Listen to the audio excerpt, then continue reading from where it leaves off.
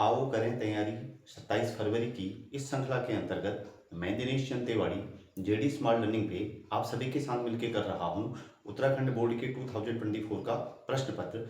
साथियों, हमने इस प्रश्न पत्र के अंतर्गत अपने बहुविकल्पी सवालों को, 1 मार्क्स के सवालों को, 2 नंबर के सवालों को और आधे से ज़्यादा 4 मार्क्स के सवालों को बना लिया है।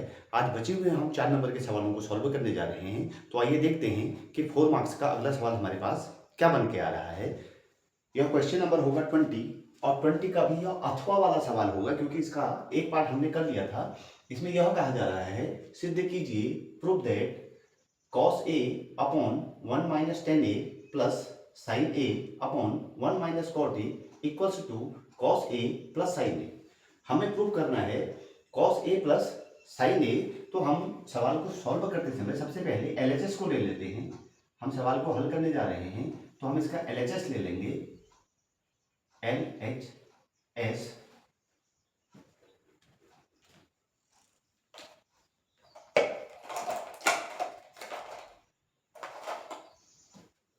चलिए, LHS में हमें दिया गया है LHS cos a upon 1 minus tan A plus sign A by 1 minus cot a. दोस्तों, यहां पर आप ध्यान रखिएगा, आप टेन को साइन बाई कॉस के रूप में लिख सकते हैं और कॉट को कॉस बाय साइन के रूप में लिख सकते हैं। तो इसी को हम बदलेंगे, हम लिखेंगे cos A upon 1 minus sine A by cos A plus sign A upon 1 minus cos A by sine A. मैं यहां लिख देता हूं आइडेंटिटी हमने जो यूज की है। हमने लिखा है tan A equals sine A by cos A, और दूसरा हमने लिखा है cot A equals cos A by sine A. यह हमने दो आइडेंटिटी यहां पर यूज कर रखी हैं, इनको हमने यहां लिख दिया। चलिए, अब आपको नेक्स्ट स्टेप लेना है।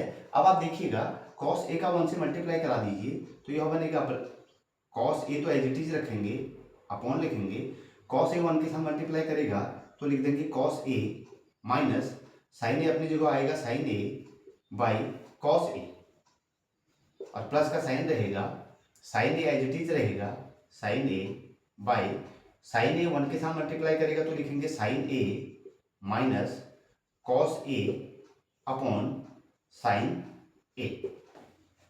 अब हम cos a को फर्स्ट वाले टर्म के साथ में लेके जा रहे हैं तो इसको मल्टीप्लाई कर देंगे, तो इसको हम लिखेंगे cos square a upon cos a minus sin a plus, ऐसे साइन को फर्स्ट टर्म के साथ मल्टीप्लाई कर देंगे तो हम लिखेंगे sin square a upon sin a minus cos a। यहां भी ठीक हो गया। दोस्तों, आप गौर कीजिएगा, यहां पर आप गौर रखेंगे, यहां लिखा है cos a minus sin a और यहां लिखा है sin a minus cos a। तो इसका हम साइन बदलेंगे, अर्थात हम इसको इस रूप में लिखेंगे। देखिएगा, ये लिखा जाएगा cos a minus sin a। तो यह जो साइन बदला है इस प्लस के साइन को भी चेंज कर देगा, तो इसको हम इस रूप में लिखेंगे। अब cos square a plus sin square a, और यहां लिख लेंगे हम cos a minus sin a। यहां पर ध्यान दीजिएगा, यहां पर साइन बदलेगा तो माइनस का साइन आ जाएगा, यहां लिख लेंगे हम sin square a by cos a minus sin a। अब cos a साइन a दोनों ही कॉमन हो जाएंगे तो हमारे पास बनेगा cos square a minus sin square a upon cos a into sine a। तो इसको हम इस रूप में लिख लेंगे cos square a minus sin square a upon cos a minus sin a। ये हमने कॉमन कर लिया। अब आप जानते हैं कि cos square a minus sin square a, यह a square minus b square की आइडेंटिटी में खुल जाएगा। तो आप लिखते हैं a square minus b square equal से लिखा जाता है a प्लस b और a माइनस b। इसको खोल रहे हैं इस रूप में तो ये लिखा जाएगा cos a plus sign A एक ब्रैकेट में और दूसरे में cos A minus plus sign A divide by cos A minus sine A. अब गौर कीजिएगा cos A minus sine A और cos A minus sine A तो कैंसिल आउट हो गए और रिमेनिंग पार्ट आपके पास बचा है कॉस ए प्लस साइन ए। यही क्या प्रूव करना है, तो यहां हम लिखेंगे L H S equals R H S. यह हेंस प्रूव हो गया, हेंस प्रूव।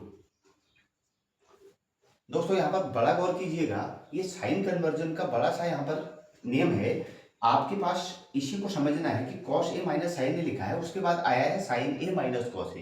तो अगर एलसीएम लेंगे तो एलसीएम के लिए एक जैसी चीजें होनी चाहिए, इसलिए हमने इसको पलट दिया। साइन को पीछे लेके गए तो साइन का जो साइन था वो प्लस में था और ये माइनस का कॉस था, तो प्लस माइनस माइनस हो गया और ये माइनस इस प्लस के साथ मल्टीप्लाई करेगा तो इसको भी माइनस बना देगा, इसलिए ये खोल के लिखा है। इसलिए यहाँ पर थोड़ा गौर रखिएगा। चलिए आइए नेक्स्ट सवाल पे चलें। 21 नंबर का सवाल है और यह 4 मार्क्स का अंतिम सवाल होगा। इसमें सवाल में यह कहा जा रहा है ऊंचाई 14 सेंटीमीटर और आधार की त्रिज्या 6 सेंटीमीटर वाले एक ठोस लंब वृत्तीय बेलन में से इसी ऊंचाई और इसी आधार वाला एक लंब वृत्तीय शंकु निकाल लिया जाता है। शेष बचे ठोस का आयतन ज्ञात कीजिए। जो हमें सवाल में कहा जा रहा है उस सवाल की जानकारी को समझते हुए आगे बढ़ेंगे। उन्होंने यह कहा कि आपके पास एक लंब वृत्तीय शंकु है, सॉरी बेलन है, ये लंब वृत्तीय बेलन है और इस बेलन के अंतर्गत आप ध्यान रखेंगे इसकी जो ऊंचाई दे रखी है वो दे रखी है 14 सेंटीमीटर के बराबर।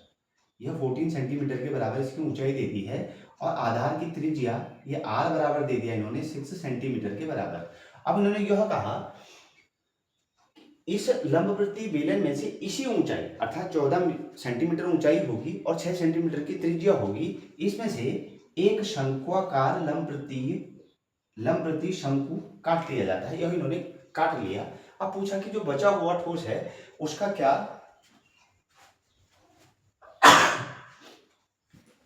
आयतन होगा। तो अगर हम बेलन के आयतन में से इस शंकु के आयतन को माइनस कर देंगे तो बचे हुए ठेस जो बचा हुआ शेष हमारे पास ठोस है उसका आयतन निकल के आ जाएगा। तो दी गई जानकारी को सबसे पहले लिख लेते हैं। दिया है बेलन की ऊंचाई h बराबर है हमारे पास 14 सेंटीमीटर की और ऐसे ही बेलन की त्रिज्या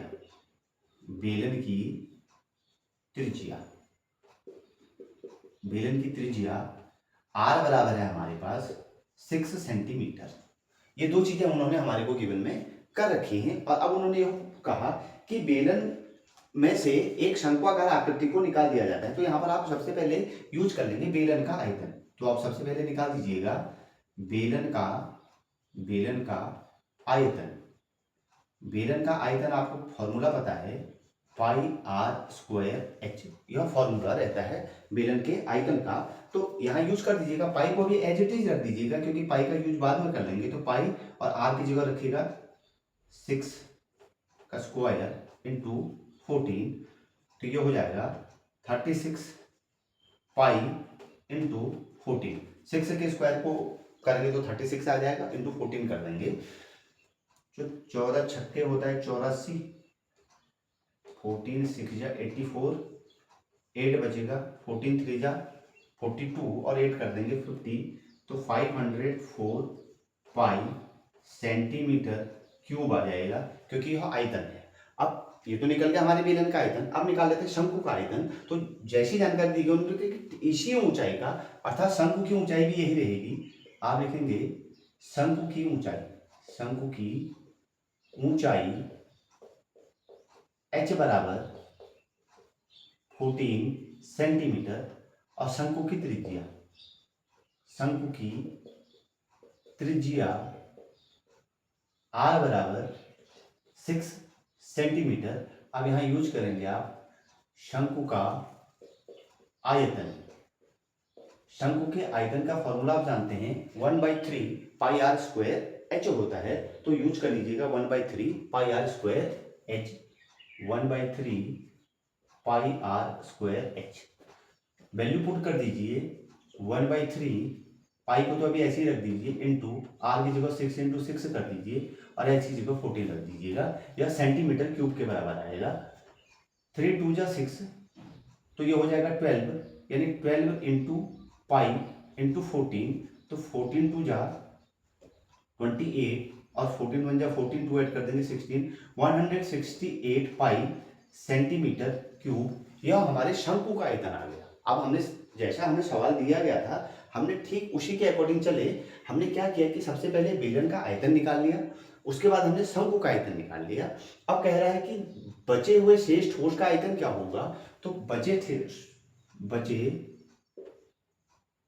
ठोस का आयतन, ठोस का आयतन बराबर होगा बेलन का आयतन, बेलन का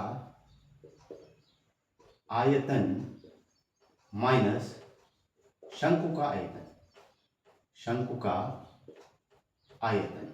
यह आप बिल्कुल नोट रखेंगे कि जब भी आपसे इस तरीके का सवाल पूछेगा तो आप जो भी गिवन है उन दोनों को माइनस कर देंगे।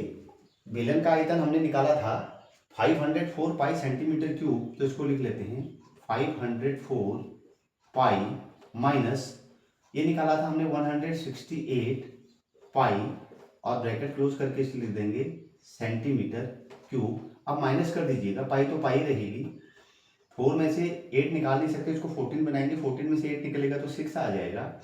यहाँ पर 9 होगा, 9 में से 6 निकाल दोगे तो 3 हो जाएगा, और यहाँ 4 बचेगा, 4 में से 1 निकाल दोगे तो 3 हो जाएगा।